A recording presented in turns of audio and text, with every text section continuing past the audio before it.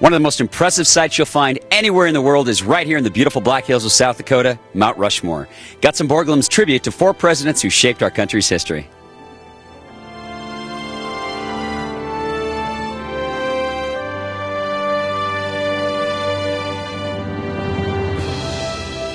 Gutzon-Borglum was the architect of Mount Rushmore. He was born of Danish immigrants in the western state of Idaho.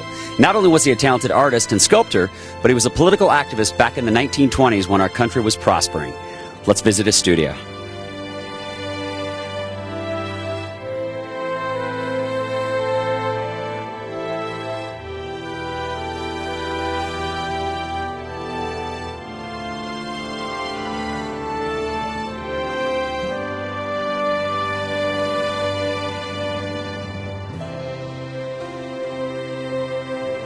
When you come to Mount Rushmore, there are many friendly park rangers to greet you. Ed is one of us. You're one of the park rangers here, Ed. Absolutely. What is your role? What do you guys do?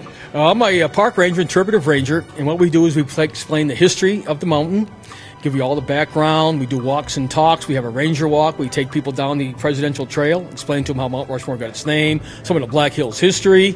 Why don't you give us just a brief synopsis of what you tell? What did happen in 1923, and why did Borglum pick those 4 presidents? Okay, well, the big thing happened in 1923 is when Doane Robinson, the South Dakota state historian, he wanted to attract tourists to come visit South Dakota. We're a young state yet, and he knew tourism was going to be a big part of South Dakota's economy, and he wanted to get a start on it. But he wasn't thinking about presidents. He wasn't thinking about Mount Rushmore. He was thinking about the Needles area. If you've been down there, you see these great big granite spires sticking out of the ground. He wanted to take those spires and carve individual Western figures in those. People like Buffalo Bill, Lewis and Clark, Chief Red Cloud. So he got a hold of Borglum, invited Borglum to come on out here in the September of 1924. Borglum went to the Needles area, but he rejected the rock.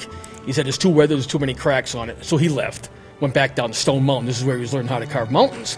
But then eventually, to make a long story short, they let Borglum go from Stone Mountain. He come back out here in August of 1925, and he told Doane Robinson, I want to do a national focus. He said, Western heroes are too close tied to South Dakota. If I do a national focus, I'll attract people from around the country. So the first drilling starts October 4th, 1927, goes on for 14 years, ends October 31st, 1941. And he picked the 4 presidents. Why? He picked the 4 presidents because he wanted to have an approximate theme of 150 years. So George Washington, of course, is the birth of the nation. He represented the father of our country. That was time 0. That's where our timeline starts with a new country. Got it. Then we went through a period of expansion. That was Thomas Jefferson with the Louisiana Territory Purchase. And then we had a bad time of our country's history, the Civil War. We were torn apart. And at the end of the war, Lincoln preserved the Union, got us all back together again. So he's representing that period. And then Theodore Roosevelt. He's for the economic development, taking us into the new century, making us a world power.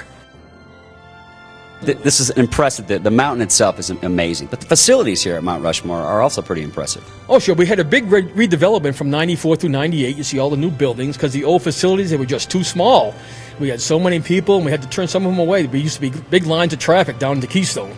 So now we got a brand new parking lot, beautiful museum down here. We show 2 movies, one about the history of the mountain and a great movie about the wild side. Takes you to the other side of Mount Rushmore with the animals and plants in the park. Great movie. People like to see both of them. Borglum did the whole thing. He wanted to represent freedom. That's why he did it. And he summed up why he carved the mountain in 11 words. And the words were, man has a right to be free and to be happy. And that's what that symbolizes, the freedom we enjoy in this country. And that's the whole basis for the mountain.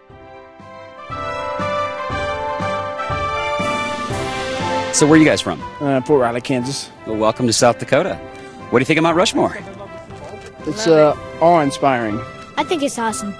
What would you tell your friends back home in Kansas? Why should they come and see Mount Rushmore? So they can learn more about the presidents.